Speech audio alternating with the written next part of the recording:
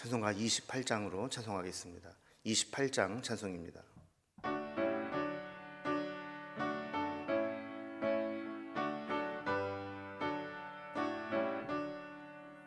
복의 근원 강림하사 찬송하게 하소서. 한량없이 자비하심 측량할 길 없도다. 천사들의 찬송가를 내게 가르치소서. 구속하신 그 사랑을 항상 찬송합니다.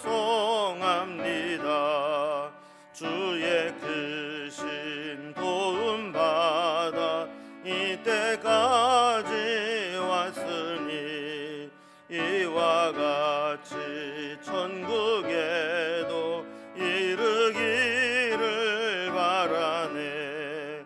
하나님의 품을 떠나 죄에 빠진 우리를 예수 구원하시려고 보혈을 여주셨네. 주의 귀한 은혜 받고 일생 빚진 자 되네. 주의 은혜 사슬 되사 나를 주께 매소서.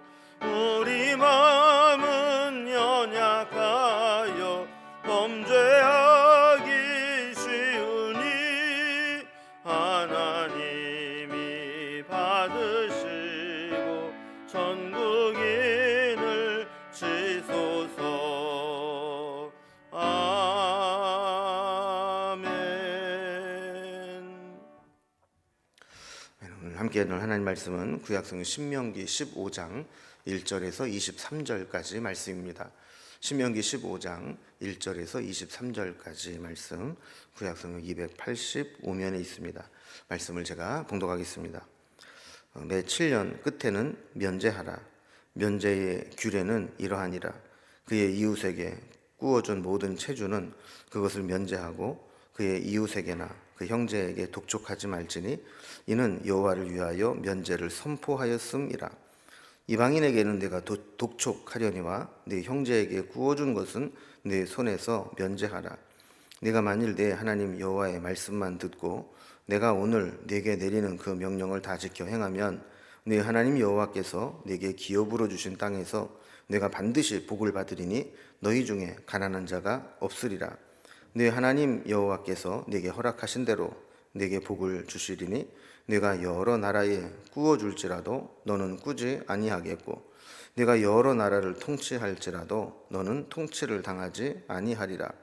네 하나님 여호와께서 네게 주신 땅 어느 성읍에서든지 가난한 형제가 너와 함께 거주하거든 그 가난한 형제에게 네 마음을 완악하게 하지 말며 네 손을 움켜쥐지 말고 반드시 네 손을 그에게 펴서 그에게 필요한 대로 쓸 것을 넉넉하게 구워주라. 삼가 너는 마음에 악한 생각을 품지 말라. 곧 이르기를 일곱째 해 면제년이 가까이 왔다 하고 내 궁핍한 형제를 악한 눈으로 바라보며 아무것도 주지 아니하면 그가 너를 여호와께 호소하리니 그것이 네게 죄가 되리라. 너는 반드시 그에게 줄 것이요 줄 때에는 아끼는 마음을 품지 말 것이니라. 이로 말미암아 내 하나님 여호와께서 내가 하는 모든 일과 내 손이 닿는 모든 일에 내게 복을 주시리라. 땅에는 언제든지 가난한 자가 그치지 아니하겠으므로 내가 네게 명령하여 이르노니 너는 반드시 내 땅 안에 내 형제 중 곤란한 자와 궁핍한 자에게 내 손을 펼지니라. 내 동족 히브리 남자나 히브리 여자가 네게 팔렸다 하자. 만일 6해 동안 너를 섬겼거든 7째 해에 너는 그를 놓아 자유롭게 할 것이요 그를 놓아 자유롭게 할 때에는 빈손으로 가게 하지 말고 내 양무리 중에서와 타작마당에서와 포도주 틀에서 그에게 후히 줄지니 곧 내 하나님 여호와께서 내게 복을 주신 대로 그에게 줄지니라. 너는 애굽 땅에서 종되었던 것과 내 하나님 여호와께서 너를 속량하셨음을 기억하라. 그것으로 말미암아 내가 오늘 이같이 내게 명령하노라. 종이 만일 너와 네 집을 사랑함으로 너와 동거하기를 좋게 여겨 네게 향하여 내가 주인을 떠나지 아니하겠노라 하거든 송곳을 가져다가 그의 귀를 문에 대고 뚫으라. 그리하면 그가 영구히 네 종이 되리라. 네 여종에게도 그같이 할지니라. 그가 6해 동안에 품꾼의 삭세 배나 받을 만큼 너를 섬겼은즉 너는 그를 놓아 자유하게 하기를 어렵게 하지 말라. 그리하면 내 하나님 여호와께서 내 범사에 내게 복을 주시리라. 내 소와 양의 처음 난 수컷은 구별하여 내 하나님 여호와께 드릴 것이니 내 소의 첫 새끼는 부리지 말고 내 양의 첫 새끼의 털은 깎지 말고 너와 네 가족은 매년 여호와께서 택하신 곳 네 하나님 여호와 앞에서 먹을지니라. 그러나 그 짐승이 흠이 있어서 절거나 눈이 멀었거나 무슨 흠이 있으면 네 하나님 여호와께 잡아들이지 못할지니 네 성중에서 먹되 부정한 자나 정한 자가 다 같이 먹기를 노루와 사슴을 먹음같이 할 것이요 오직 피는 먹지 말고 물같이 땅에 쏟을지니라. 아멘.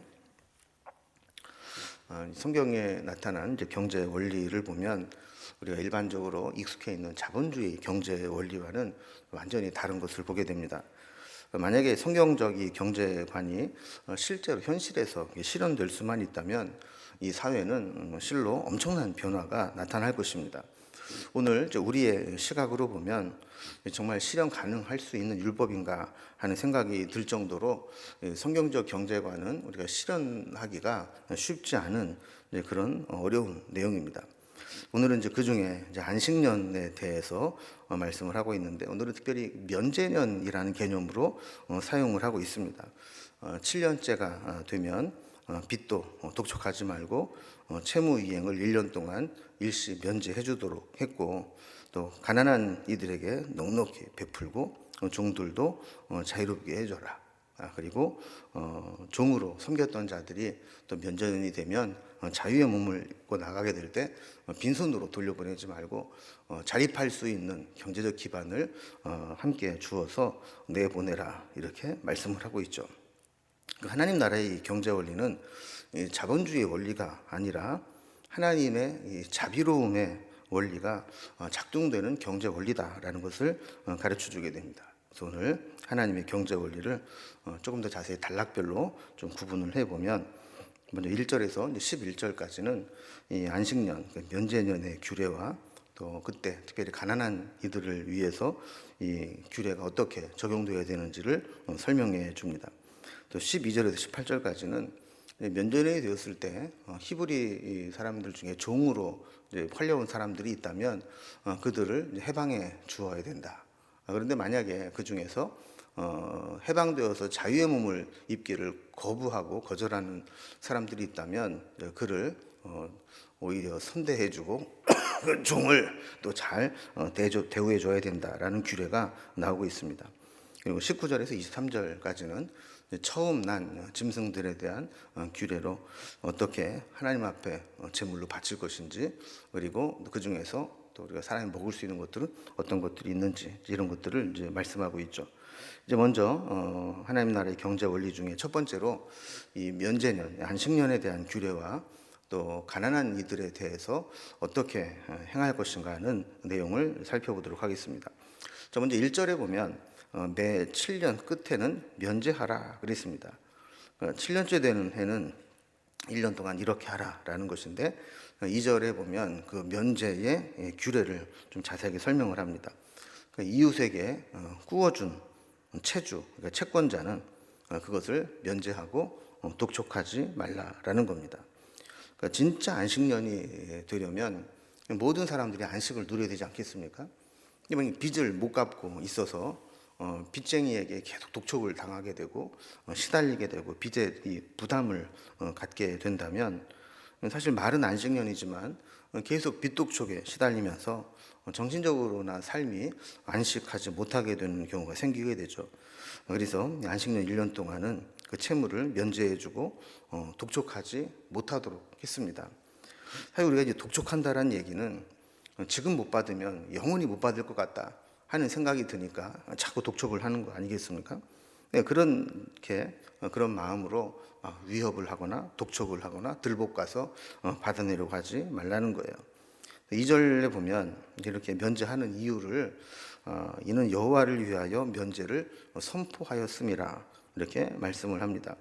이렇게 이제 면제를 해주는 이 이유는 하나님의 뜻을 따르고 하나님을 기쁘시게 하는 일이고 하나님의 영광을 돌리는 하나님을 위해서 선포하는 것이다. 믿음으로 신앙으로 하는 것이다 라고 말씀을 하는 거죠. 여기에 비해서 이제 3절을 보면 이 이방인들은 어떻게 하느냐, 유대인들은 이렇게 독촉하지 말고 면제해 주는데 이방인들에 대해서는 어떻게 해야 되느냐. 보통 이제 이스라엘 백성들은 안식년이 되면 일을 하지 못합니다. 수입이 없죠. 수입이 없으니까 갚을 수 있는 돈도 없습니다. 그러나 이방인들은 안식년에도 쉬지 않고 일을 합니다. 율법대로 안식년을 지키지 않습니다. 그래서 안식년이 되어도 소득이 있기 때문에 이런 이방인들에게까지 안식년의 채무를 면제해 줄 필요는 없고, 이방인들에게는 독촉할 수 있으면 독촉해서 그것을 받되, 그러나 형제들에게 구워준 것은 면제해 줘라 라고 이야기를 하는 겁니다. 4절과 5절 말씀을 보면 만일 이 말씀대로 하나님의 명령을 잘 지키게 되면 그 땅에서 반드시 복을 받을 것이고 또 너희 중에 가난한 자가 없을 것이다, 이렇게 약속을 해주고 계십니다. 이 말씀의 의미를 한마디로 설명하면 우리가 하나님 말씀대로 순종해서 면제해주고 독촉하지 않고 기다려주고 이렇게 하게 될 때 하나님 말씀대로 순종하면 우리가 혹시 손해볼 수 있습니다. 경제적으로 손해볼 수 있지만 그 부분들을 하나님께서 갚아주시겠다라고 말씀하시는 거죠. 그 말씀대로 살면 약삭빠르고 계산적인 이 세상에서 손해볼 것처럼 보입니다.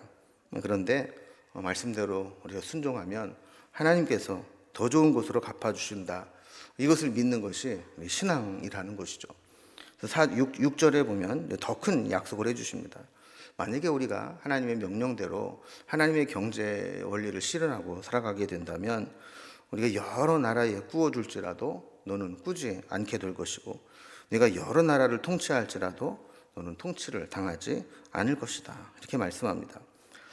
자, 그런데 이스라엘 사람들도 그렇고 우리도 그렇고 이 말씀을 읽고 묵상을 하면서 실제로 이렇게 할 수 있겠는가 하는 겁니다. 온전히 순종하기가 참 어려운 문제입니다. 만일 우리가 이렇게 말씀대로 살게 되면 우리가 노력해서 얻을 수 있는 것 이상으로 얻을 수 있는 것, 그것을 약속을 믿는 것이 믿음인데, 사실 어떻게 보면 돈 앞에서 우리가 말씀대로 순종하고 실천하기가 참 어렵다라는 것을 많이 느끼게 되죠.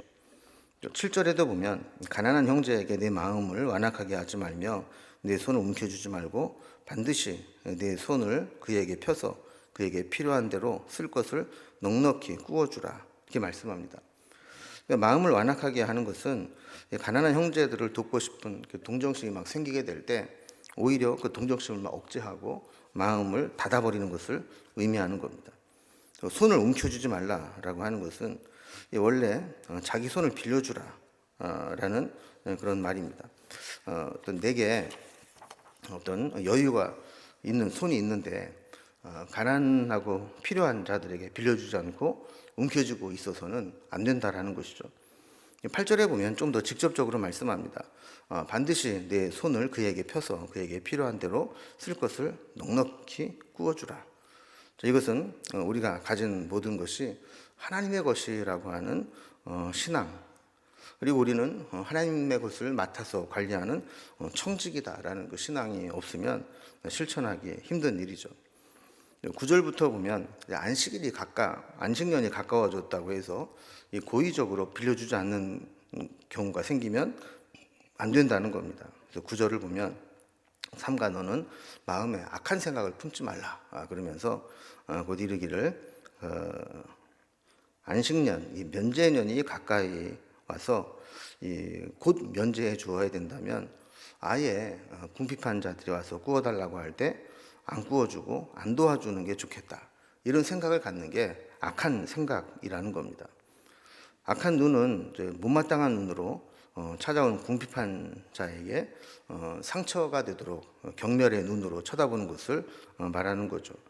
악한 눈으로 보면서 아무것도 주지 아니하면 그가 너를 하나님께 호소할 것이다. 이렇게 말씀을 합니다. 호소한다는 말은 다른 말을 말하면 고소한다. 그런 의미가 되는 것이죠.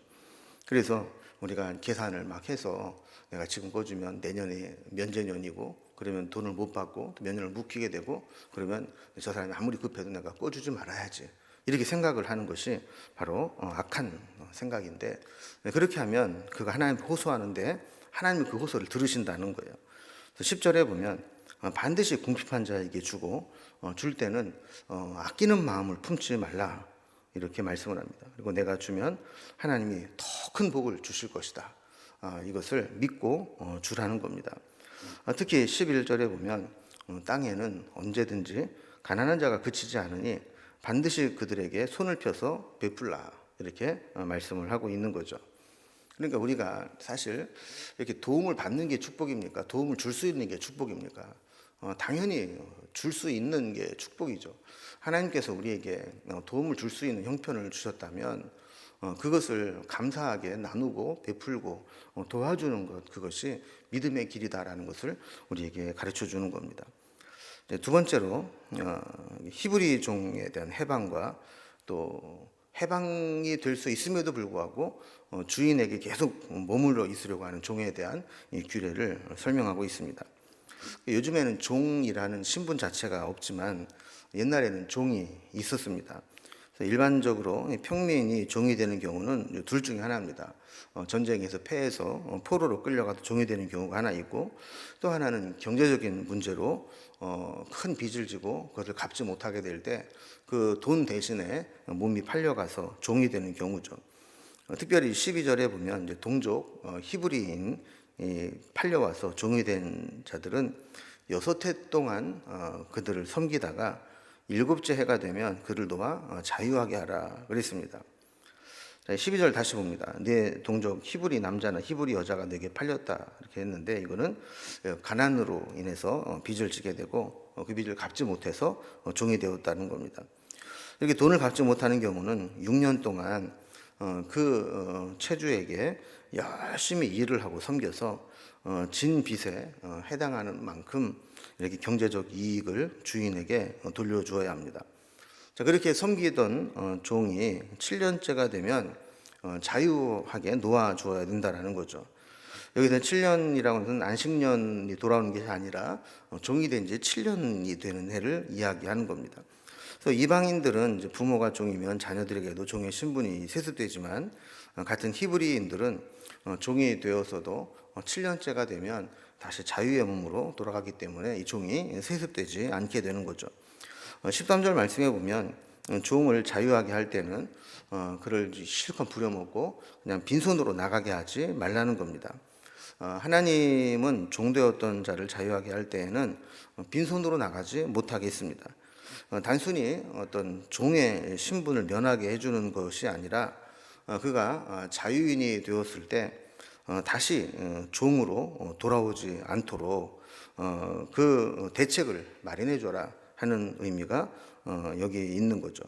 13절 계속 보면 만약에 6년 동안 이렇게 종으로 살다가 7년째 자유인이 되었는데 막상 이제 자유인이 되고 나서 보니까 아무것도 경제적인 자립을 할 만한 그런 기반이 없고 도리어 다시 종으로 팔려갈 것 같다 싶으면 이 빈곤의 악순환에 빠지지 않습니까? 그래서 그런 사람이 그런 마음을 품을 수 있다는 거예요. 내가 이렇게 또 수렁에 빠지느니 지금 이 종 밑에서 그래도 안정된 삶을 살고 싶다 이렇게 할 수 있다는 거죠. 그래서 14절에 보면 약무리 중에서와 타작 마당에서와 포도주 틀에서 그에게 후히 주라 이렇게 말씀을 합니다. 그러니까 이웃 사랑이라고 하는 것이 얼마나 적극적인 차원에서 풍성히 이루어져야 되는가라는 것을 보여주는 거죠. 자, 그러면 왜 이런 종들에게 이렇게 필요 이상으로 우리가 적극적으로 자비를 베풀고 은혜를 베풀어야 되는가? 15절 말씀을 보면 종되었던 자에게 이런 긍휼의 마음을 가져야 될 이유는 바로 이스라엘 백성들도 애굽 땅에 있을 때 원래 종살이를 했었기 때문이라는 겁니다. 그래서 애굽에서 종되어서 살아가고 있었던 것을 하나님께서 속량해 주셨고 그들을 해방시켜 주었기 때문에 그것을 기억한다면 그 상대방이 어떤 연유로 종이 되었든지 간에 그를 불쌍히 여길 수밖에 없다는 거죠. 또 18절 말씀을 보면 한 가지 또 조항이 있습니다. 6년 동안 종으로 있었던 자는 자유하게 하기를 어렵게 여기지 말라 하는 겁니다. 근데 원래 이 사람의 입장이라는 것이 자기가 처한 처지에 따라서 다르게 생각을 하기 쉽습니다. 종의 입장에서는 6년 동안 종살이를 하면서 어떤 생각을 했을까요? 내가 6년 동안 종살이하면서 빼빠지게 고생을 해서 주인을 섬겼으면 내가 빚진 것 이상으로 내가 유익을 주었다 이 생각을 할 겁니다. 그러면서 이제 7년째가 되기를 한곡하게 이제 기다리게 될 거죠. 근데 주인의 입장에서 보면 내가 꿔주고 못 받은 돈이 얼만데 이까짓 거 6년 일하고 나서 내가 꿔준 것들 다 받았다고 할 수 있겠는가? 그러면서 아까운 마음이 들 수 있다는 거예요. 그래서 심지어는 7년째가 되지 않았는데도 또 만약에 그 중간에 희년이라는 것이 끼면 희년에는 또 무조건 또 풀어줘야 되지 않습니까? 그러면 주인의 입장에서는 이렇게 돈을 못 받은 만큼 이게 종으로 잡았는데 손해 보는 것처럼 느껴질 수 있다라는 겁니다. 그래서 우리가 이제 항상 이 하나님의 경제관은 세상의 물질의 가치로 보면 안 됩니다. 경제적인 관점에서 보면 그렇게 종들을 자유롭게 풀어주는 것은 손해처럼 보이죠. 그래서 종이 자유케 된다는 것을 어렵게, 그래서 가능하면 자유의 몸으로 나가지 못하게 그렇게 하기 쉽지만 믿음의 사람은 그렇게 해서는 안 된다는 겁니다. 오히려 이렇게 율법에 기록된 대로 종들을 자유롭게 풀어주게 되면 하나님께서 범사에 복을 주시겠다고 약속하는 겁니다. 자, 그런데 이제 16절부터 보면 이제 그 7년째가 되었는데도 자유인이 되기를 거부하는 경우가 있다라는 거예요. 그래서 16절에 보면 종이 만일 너와 네 집을 사랑함으로 너와 동거하기를 좋게 여겨 내게 향하여 내가 주인을 떠나지 아니하겠노라 하거든 그랬습니다. 출애굽기 21장에도 종에 대한 규례가 이미 나오게 되는데 총각이나 처녀로 이렇게 종이 되어서 주인의 집에 들어옵니다. 근데 그런 사이에 결혼을 해서 자녀를 낳게 됩니다. 그러면 이 7년째가 돼서 나가게 될 때 본인은 자유인이 되지만 자식들은 주인의 소유가 됩니다. 자, 이런 경우에는 혼자 자유의 몸을 가지고 나가지 않고 내 가족들이 자유의 몸을 얻을 때까지 내가 함께 주인을 섬기겠습니다. 함께 사는 경우가 있다는 거예요. 자, 그런데 그 외에도 종이 주인과 주인집을 사랑해서 함께 동거하는 것을 좋게 여기는 경우도 있을 수 있다는 겁니다.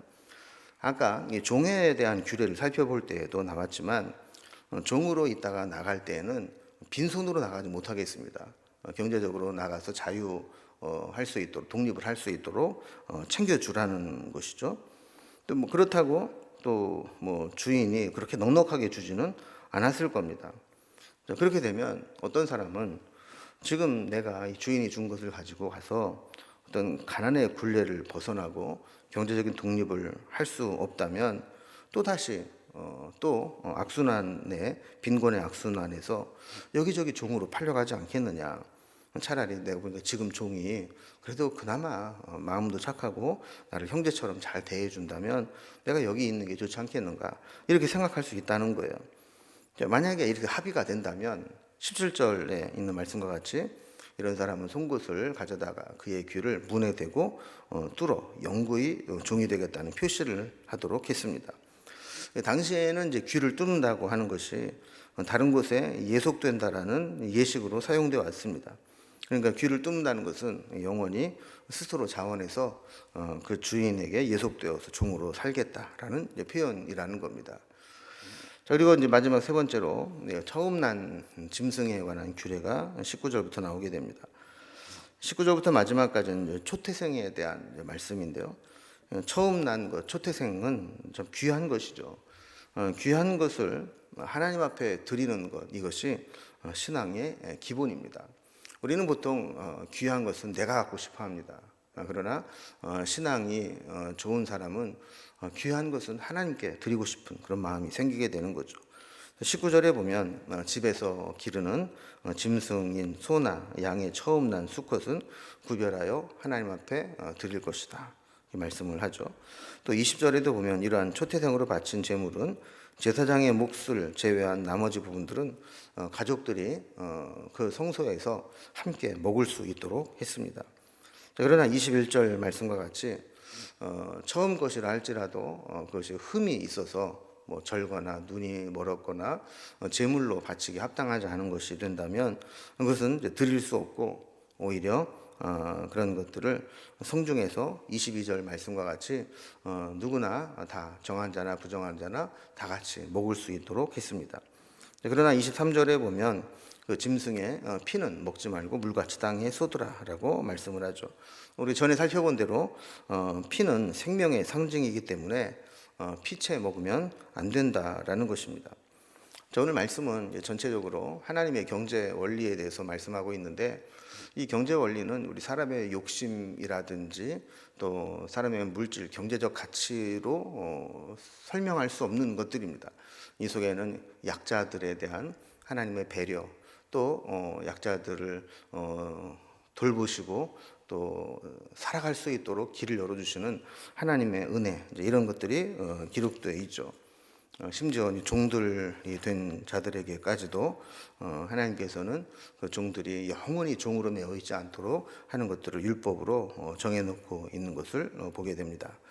오늘도 우리가 사실 세상에서 가장 밀접하게 가지고 살아가는 것이 돈이고 물질적인 것인데, 우리가 자칫 잘못하면 물질의 노예가 될 수 있고 돈을 사랑하게 되고 일만하게 풀이가 되고 이렇게 될 수 있습니다. 여기서 벗어날 수 있는 유일한 길은 하나님의 말씀대로 우리 경제적 약자들을 돌보고 나누고 베푸는 그런 삶을 살아가는 것이 아닌가 싶습니다.